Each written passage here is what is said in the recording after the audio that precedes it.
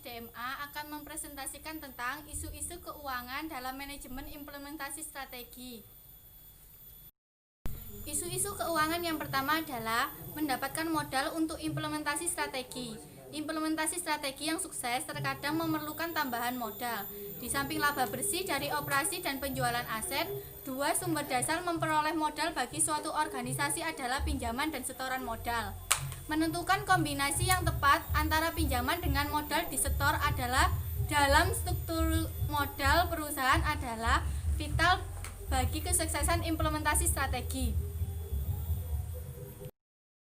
Analisis laba per saham atau laba sebelum bunga dan pajak adalah teknik yang paling banyak digunakan dalam menentukan apakah pinjaman, saham, atau kombinasi keduanya merupakan alternatif terbaik untuk memperoleh modal bagi implementasi strategi.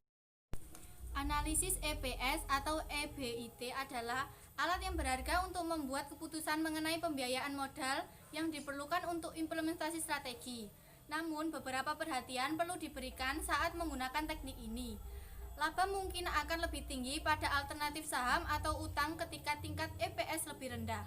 Secara teoris, suatu perusahaan harus memiliki cukup utang dalam struktur modal untuk meningkatkan investasi. Dalam periode produksi yang rendah, terlalu banyak utang dalam struktur modal suatu organisasi dapat membahayakan pengembalian pemegang saham dan membahayakan kelangsungan hidup perusahaan. Yang kedua, proyeksi laporan keuangan. Analisis proyeksi laporan keuangan adalah teknik utama dalam implementasi strategi karena memungkinkan organisasi untuk memeriksa hasil yang diharapkan dari berbagai tindakan dan pendekatan.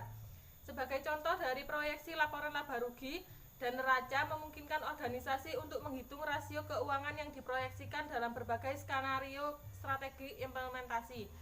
Bila dibandingkan dengan tahun sebelumnya dan dengan rata-rata industri, rasio keuangan memberikan pemahaman yang berharga tentang kelayakan berbagai pendekatan implementasi strategi. Terdapat 6 tahap dalam membuat suatu analisis proyeksi keuangan. Yang pertama, siapkan proyeksi keuangan sebelum neraca. Awalilah dengan memperkirakan penjualan seakurat mungkin. Yang kedua, gunakan metode persentase penjualan untuk memproyeksikan harga pokok dan akun-akun pengeluaran di laporan keuangan. Yang ketiga, hitunglah proyeksi laba rugi. Yang keempat, kurangi laba bersih dengan dividen yang akan dibayar untuk tahun ke depan. Sisa laba ini disebut laba ditahan. Setiap tahun perusahaan menambahkan laba ditahan ke laba ditahan tahun sebelumnya di neraca. Oleh karena itu, laba ditahan dalam neraca adalah jumlah kumulatif, bukan jumlah sebenarnya yang tersedia untuk implementasi strategi. Dalam membuat laporan proyeksi keuangan, jumlah laba ditahan pada neraca biasanya cukup besar. Namun demikian, jumlahnya juga bisa saja rendah atau bahkan negatif jika perusahaan mengalami kerugian. Yang kelima, proyeksikan pos-pos di neraca. Dimulai dari laba ditahan dan kemudian memperkirakan modal pemegang saham, utang jangka panjang, utang jangka pendek, total utang, total aktiva, aktiva tetap, dan aktiva lancar. Yang terakhir, tulislah catatan proyeksi pada laporan keuangan. Kapanpun terjadi perubahan dari tahun ke tahun yang diproyeksikan, beri catatan yang perlu diberikan. Anggaran keuangan atau financial budget adalah dokumen yang memperlihatkan secara detail bagaimana dan bisa diperoleh dan dibelanjakan untuk suatu periode tertentu.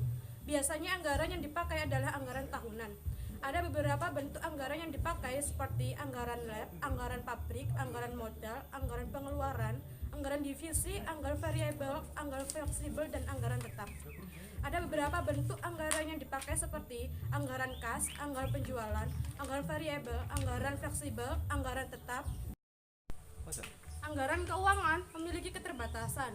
Pertama, program yang telah dianggarkan dapat menjadi begitu detail di mana mereka menjadi terlalu kaku dan terlalu mahal. Kedua, anggaran keuangan bisa menjadi substitusi bagi tujuan. Yang ketiga, anggaran dapat menyembunyikan efisiensi jika didasarkan pada prosedur daripada evaluasi periodik dari suatu kondisi tertentu. Yang terakhir, anggaran terkadang digunakan sebagai instrumen ketidaksukaan, ketidakadilan, dan tingkat keluar masuk karyawan yang tinggi. Mengevaluasi nilai dari suatu bisnis adalah hal yang penting bagi implementasi strategi, karena strategi yang integratif, intensif, dan diverifikasi biasanya diterapkan dengan mengambil alih lain. Diverifikasi biasanya diterapkan dengan mengambil alih perusahaan lain. Strategi lainnya seperti pengunduran diri atau divest mungkin bisa mengakibatkan terjualnya satu divisi dalam organisasi atau perusahaan itu sendiri. Untuk menentukan nilai bisnis dapat dikelompokkan ke dalam 3 pendekatan utama: apa yang dimiliki perusahaan atau apa yang diberikan perusahaan ke pasar. Tetapi penting untuk menyadari bahwa penilaian itu bukan ilmu pasti. Penilaian perusahaan didasarkan pada fakta-fakta keuangan. Selain itu, metode penilaiannya berbeda akan menghasilkan total nilai yang berbeda untuk suatu perusahaan, dan tidak ada pendekatan terbaik yang ditentukan oleh situasi tertentu. Mengevaluasi nilai benar-benar membutuhkan baik keterampilan kualitatif dan kuantitatif. Dalam mengevaluasi nilai suatu bisnis diperlukan 4 pendekatan, yaitu yang pertama, pendekatan pertama dalam mengevaluasi nilai bisnis adalah menentukan kekayaan bersih atau ekuitas. Yang kedua, pendekatan kedua untuk mengukur nilai perusahaan tumbuh dari keyakinan bahwa nilai dari setiap bisnis sebagai besar harus didasarkan pada masa depan manfaat pemiliknya yang berasal dari laba bersih. Yang ketiga, pendekatan disebut metode rasio harga pendapatan. Untuk menggunakan metode ini, bagilah harga pasar saham biasa perusahaan dengan pendapatan tahunan per saham dan kalikan angka ini dengan laba bersih rata-rata perusahaan selama 5 tahun terakhir. Yang terakhir adalah metode saham yang beredar. Untuk menggunakan metode ini, hanya kalikan jumlah saham yang beredar dengan harga pasar per saham dan tambahkan nilai premium. Selanjutnya poin yang terakhir yaitu menentukan apakah perlu go public. Go public akan menjual persentase kepemilikan perusahaan Anda kepada orang lain dalam rangka untuk meningkatkan modal dan akibatnya akan melemahkan kontrol pemilik perusahaan. Go public tidak dianjurkan untuk perusahaan dengan penjualan kurang dari 10 juta dolar. Karena biaya awal akan sangat tinggi bagi perusahaan untuk memperoleh arus kas yang cukup. Selain biaya awal yang terlibat dalam penawaran saham, ada biaya dan kewajiban yang terkait dengan pelaporan dan manajemen di sebuah perusahaan publik. Untuk perusahaan dengan lebih dari 10 juta dalam penjualan, go public dapat memberikan keuntungan besar. Hal ini dapat memungkinkan perusahaan untuk meningkatkan modal untuk mengembangkan produk baru, mengembangkan pabrik, memperluas, tumbuh, dan memasarkan produk dan layanan yang lebih efektif. Yang terakhir, contoh-contoh keputusan yang membutuhkan kebijakan keuangan. Yang pertama, menggalang dana dan dengan utang jangka pendek atau jangka panjang, atau dengan saham preference atau saham biasa.